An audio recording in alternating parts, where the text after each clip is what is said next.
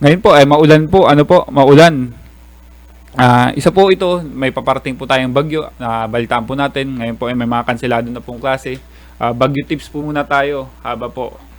Bago po dumating ang bagyo, ito po muna ang ating alamin. Bago dumating, alamin ang balita ukol sa panahon at mga anunsyong pangkaligtasan. Yan po, makinig po tayo sa mga national news. Ukol naman po dyan sa mga ganyan. I-follow lang po natin yung mga legit po na mga news or mga authorities po, kasi po minsan po yung iba po nanloloko lang po para po sa kanilang mga engagement po. Wag po tayo magpapadala na mga, lalo po man na magpanic po tayo. Makinig po tayo sa mga legit authorities po, lalo po sa mga LGUs po natin. Alamin ang plano ng komunidad sa pagbibigay, babala at paglikas. Yan po nga po sinasabi ko po. Yung iba po ay gumagamit po ng mga social media sa ngayon po. Pag ano lang po, nagbabandilyo po sila or nagabahay-bahay po kung sakali po, no po. Suriin ang bahay at kumpunihin mga mahina o sirang bahagi nito. Yan po, bago po dumating ang bagyo, i-check po natin maigi po yung kabahayan po natin. Kung may mga natanggal na pong mga pako, ipako po natin yung yero po para po maging matibay po. Ihanda ang go bag, ito po yung go bag po natin, talagang kinakailangan sa anumang sakuna po na naglalaman ng mapangangailangan ng pamilya. Yung go bag po natin naglalaman po ito ng mga pagkain, tubig, malinis sa tubig, yung iba po IDs, small amount of money po. Diyan po lahat po, mga damit na kailangan po, na naka-save po kung sakasakaling kailangan lumikas. Siyempre po, ilikas din ang mga alagang hayop sa ligtas na lugar. Yung iba po natin, siyempre po, yung mga pet po natin o mga alaga po natin, mga baboy or baka po natin dyan sa ilikas po natin or ilagay po natin sa safe po para hindi rin po sila mapahamak. Siyempre po, sa mga pet po natin, mga alagang aso or pusa, siyempre, tinuturing po natin yan, nakapamilya rin po. Isama rin po natin sa kaligtasan po nila. Kapag naabisuhan na kinaukulan, mabilis na lumikas sa tinakdang evacuation center. Yun po, ito po, isa po sa naging problema po. Minsan po, pinapalikas na po kasi po wala pa nga po sasabihin po ng mga tao po ay, ba't lilikas wala pa nga pong ulan. Katulad po ngayon, tahimik pa po. Syempre po nakakita na po, na foresight na po ng ating mga ng government po, nalalakas po. Hindi po naglilikas po. Mas mahirapan po ang ating mga rescuer na maglikas po kung sagsagan po ng bagyo, kasi po may buhay din po sila na iniingatan po. Ano po, kailangan po tayong sumunod po. Kung pinapalikas po, sumunod po tayo agad po. Yun po.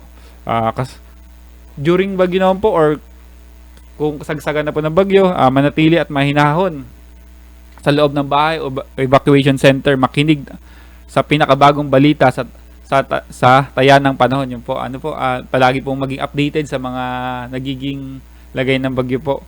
Umiwas sa mga bintana, sa salaming bintana. Ito po, sa mga bintana po natin nabubog po, mahirap po, baka po bigla pong may pumasok po na lumilipad po na kahoy or debris po, mabasag po yung bintana natin, bigla pong mabasag po. Maigi na pong lumayo po tayo sa ganun po. Gumamit ng flashlight o emergency lamp at maging maingat sa paggamit ng kandila o gasera. Yan po, isa rin po natin sa dito po, pag lumakas na po ang ihip ng hangin or lumakas na po ang ulan, may chance po na magba-brownout po. Dapat po mayroon tayong emergency light na magiging silbing ilaw po natin. Patayin ang mga main switch ng kuryente at valve ng tubig po. Yan po yung isa rin po para po kung sakasakali lumikas po tayo ay hindi po mag-cause po ito ng apoy po or electricity po, short circuit po. So naman po, pagkatapos ng bagyo po, hintayin ang abiso ng kinaukulan kung ligtas na bumalik sa tahanan. Yun po. Isa po, wag po tayong babalik agad po sa tahanan po natin kung hindi pa po sinasabi, baka po hindi po safe pa o may mga landslide prone area po, kasi po sa kasagsagan ng bagyo lumakas pong ulan, hindi pa po safe ang mga daan. Umiwas sa mga natumbang puno o nasirang gusali at sa linya ng kuryente. Yan po, isa rin po yan sa mga natumba pong poste po. Minsan po hindi pa po napapatay yung kuryente o may live wire pa po. Mahirap na po. Itapon ang mga natipong tubig sa lata, paso o gulong upang hindi mapamahayan ng lamok. Yan po, sa pagkatapos na po ng bagyo.